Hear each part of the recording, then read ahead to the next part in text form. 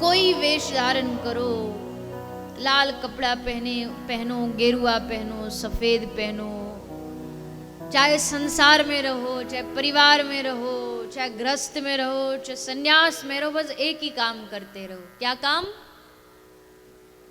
राधा रमण, मेरो राधा रमण, मेरे श्री ठाकुर जी, मेरी राधा रानी, उनका नाम लेते रहो, उनके नाम का जाप करते रहो। यही कथा याद दिलाने के लिए आपके बीच आती है कि राधा रमण राधा रमण कहो, उनका नाम कहो, उनका नाम जपो। जो हम धीरे धीरे परिवार संसार में फंस करके कभी कभी भूल जाते हैं, याद नहीं रहता कि हमको भी ये स्मरण करना, ये नाम जाप करना है, तो भगवान की कथा में याद दिलाती है। यही कथा का लाभ है।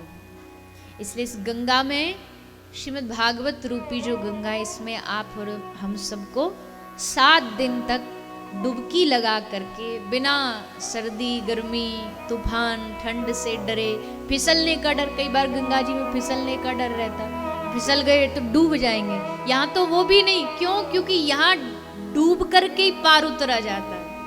अच्छा है फिसल के डूब जाओ, तो भगवान की कथा में डूब जाओ तो फिसलने का भी डर नहीं।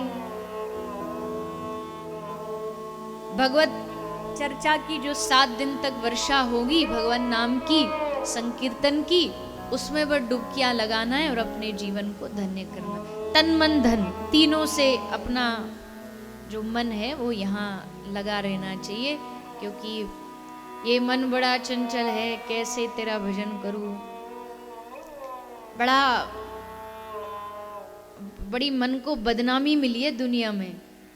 जितनी गालियां मन को मिली शायद किसी को नहीं मिली होंगी। राम भज सुन 60 मना, गोस्वामी तुलसीदास जी कह रहे, अरे 60 मन, तू राम भज, तू राम का नाम ले।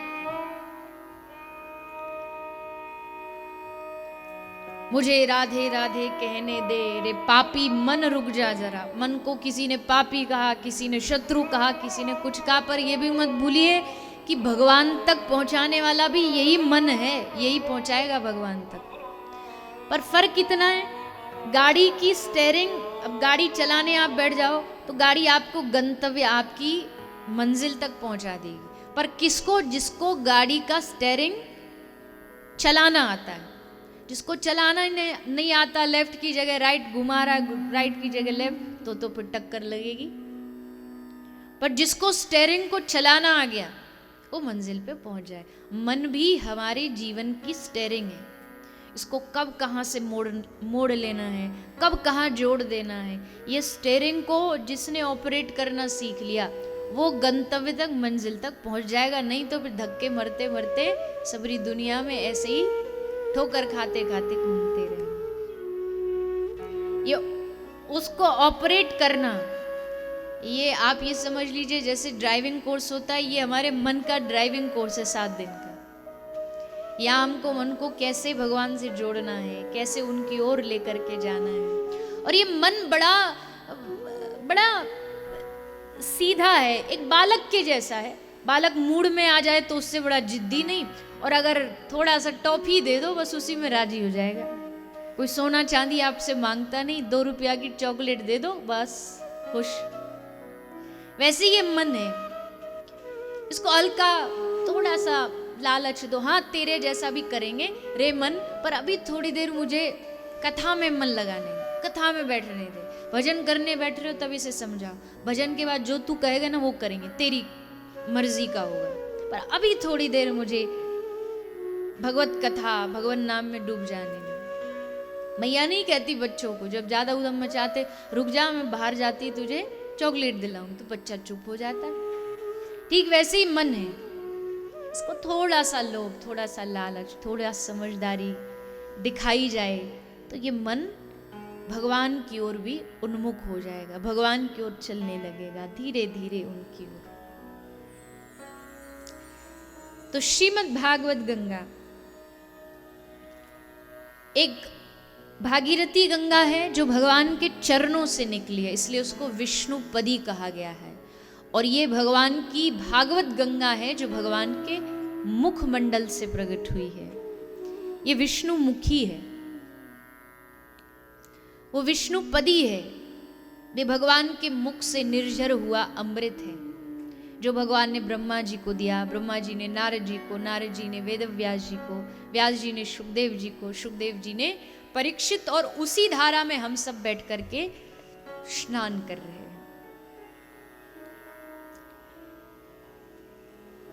ऐसी दिव्य भागवत गंगा में अपने चित्त को लगाइए, मन को लगाइए। 7 दिन तक मन को समझा करके रखिए। ऐसा ना हो कि बस तन ही तन यहां बैठा हो, मन हो ही ना यहां पर।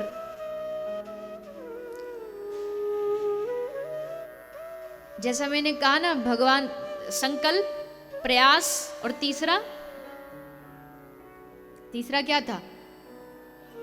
भगवत कृपा। तो अगर भगवत कृपा नहीं हो ना तो खूब तैयारी कर लोगे, हम ऐसे करेंगे, हम कथा में जाएंगे, हम कथा में पहली लाइन में पंक्ति में हम बैठेंगे और कैमरा में हम ही दिखेंगे और हम ही सबसे पहले प्रसाद की पंक्ति में भोजन प्रसाद ही पाएंगे। सब कुछ प्लान कर लो, कथा सुनेंगे, कथा में ऐसा करेंगे वैसा करेंगे, लेकिन भगवत कृपा न हो तो आ तो जाएंगे घर से निकल के, पर यहां आकर के क्या करेंगे? तुलसी पूरब जन्म ते हरि चर्चा न सुहाए, कै सोवे कै लड़ भिरे कै घर को चलो जाए। कै सोवे, या तो निद्रा रानी आ जाएंगी, या लड़ भिरे, लड़ाई चालू कर लेंगे, कुछ नहीं तो जगह के लिए लड़ लेंगे कि ये जगह हमारी है, कल हम बैठे थे यहाँ पे। भागवत में भी 7 दिन में प्लॉट बिक जाते हैं, सबकी अपनी अपनी जगह निर्धारित हो जाती है। जिसका जो सोफा पहले दिन सेट हो गया, 7 दिन उनका वही सेट रहता है। कोई दूसरा उस पर बैठ जाए तो उसको टेढ़ी टेढ़ी आंखों से देख देख के जीने नहीं देते। सही है ना भैया? बिल्कुल सही है। झूठ में झूठ थोड़ी बोलती हूँ, सही बोलती हूँ। वो आदमी का मैं मेरा देखो, यहाँ तो कुछ नहीं बट रहा फिर भी बढ़ जाता है, फिर भी सब बंटवारा हो जाता है। तो इसलिए लड़ लेंगे, और अगर जैसे तैसे लड़ाई भी नहीं हुई तो घर को चलो जाए। फिर अरे ये कोई कथा है, कुछ चुटकुला तो सुना ही नहीं रहे, कोई भजन तो गा ही नहीं रहे, चलो कोई कथा वथा में रस नहीं आ रहा, चले गए।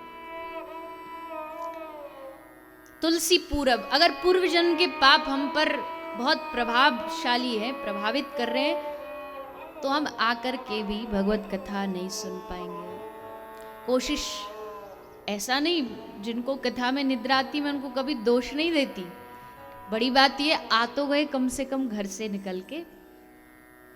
मंजिल तो मिल ही जाएगी, भटक कर ही सही। मंजिल तो मिल ही जाएगी, भटक कर ही सही, पर गुमराह तो वो हैं जो घर से निकले ही नहीं।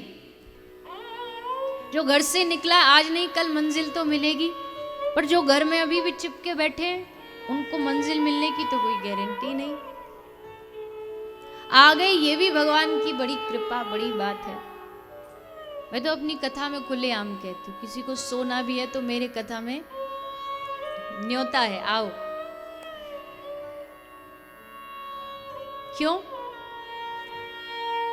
घर में सोओगे तो लाड़ में आके घर वाले जगाएंगे नहीं, उल्टा बोलेंगे अरे थक गया है, सुला दो, कंबल उड़ा दो, थका हारा बेचारा आया है, सुलाओ। सोए को और सुलाएंगे, लेकिन ये जो भगवान की कथा है ना, यहाँ के सो भी गए, 1 दिन सोओगे, 2 दिन, 3 दिन, पर श्री सुखदेव जी की वाणी में, बाबा तुलसी की चौपाइयों में इतनी ताकत है कि इन 7 दिनों में एक न एक दिन आपको जगा करके जरूर रहेगी। आपको जागना पड़ेगा, ये भागवत जगाएगी आपको। तो यहाँ की तो निद्रा भी भली है, यहाँ की तो निद्रा में भी कल्याण ही कल्याण है।